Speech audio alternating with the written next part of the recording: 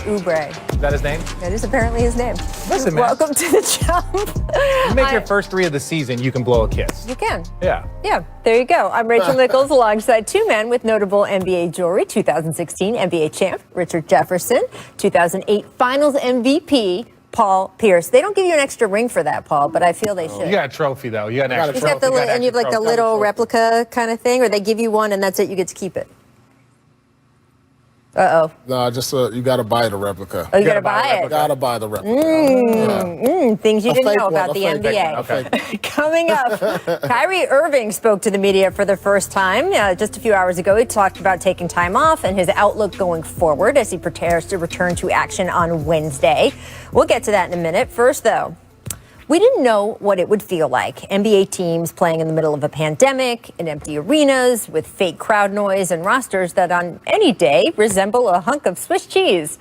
Will games even feel real? Or was this going to feel like watching a season's worth of pickup at LA Fitness? Well, guess what?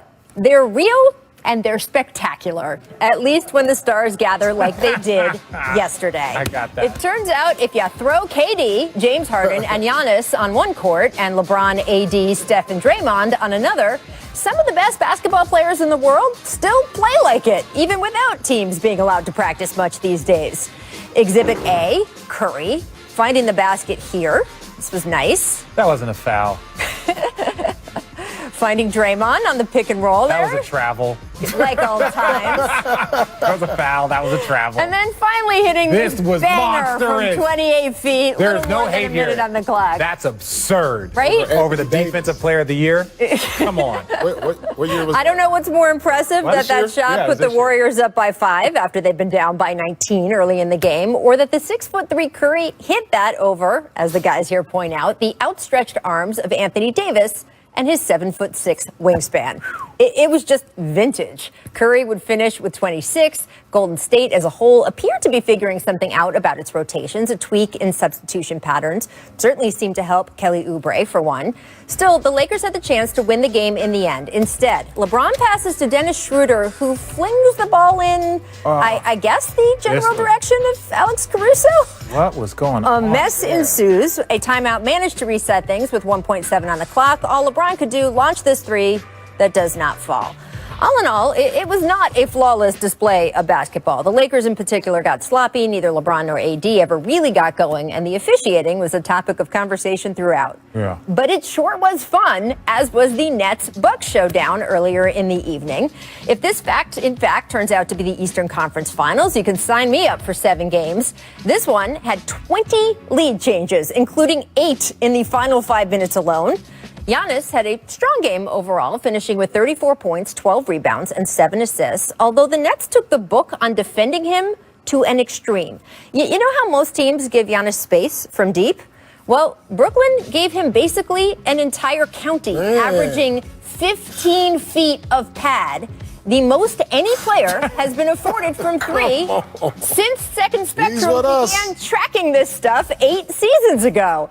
Now, the Nets were much more physical with Giannis otherwise, though. Check the little shove there from but Durant. he initiated that. He stepped in front of somebody. I'd be mad if I was KD, too. Harden, meanwhile, finishing with 34, including hitting that little shot to put the Nets up 1. He also had that driving floater. Giannis would answer with a 2-handed putback, a little authority there. But it was Durant who would have the last word, draining the go-ahead 3 on a pass from Harden. Look at that. Afterward, both players discuss why they seem to be meshing together better now than even when they played together in OKC. We were young in Oklahoma City. You know, we're grown men now. You know, we know what we want. We really know the game of basketball now. You know, we're not those young guys that just run around and want to just shoot and dunk all day. We've been through a lot in this league, experienced a lot, and for us to bring it together now and combine what we've learned over this time and try to play great basketball, I think it was pretty seamless for us. Yeah, it is nice when the NBA looks like the regular NBA, with fans screaming and arenas full of energy and players who can take the court each night without someone sticking a Q-tip up their nose 3 times a day. But as we saw yesterday, anyone who tells you what's going on this season isn't real basketball is missing just how much spectacular there still is to see. So we will get to Kyrie's sound in a moment. But from last night's Nets win, Paul, what was your biggest takeaway? Man, this is scary.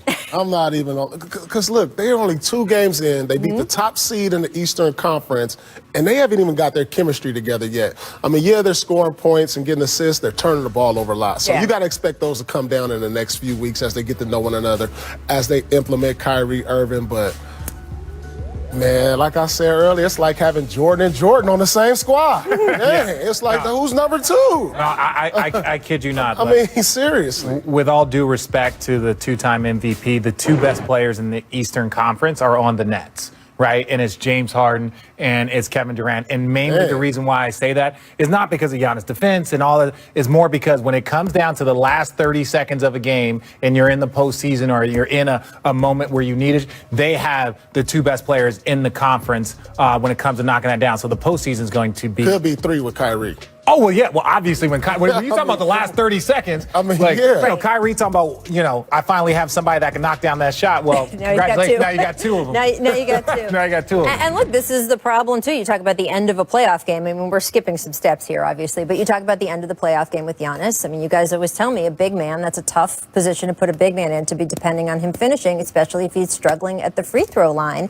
And we saw Giannis was better at the line last night. He had that game against the Mavericks the other night where I think he was 1 of 10 for the line. But his free throw shooting overall, guys, this season, he's at 59%.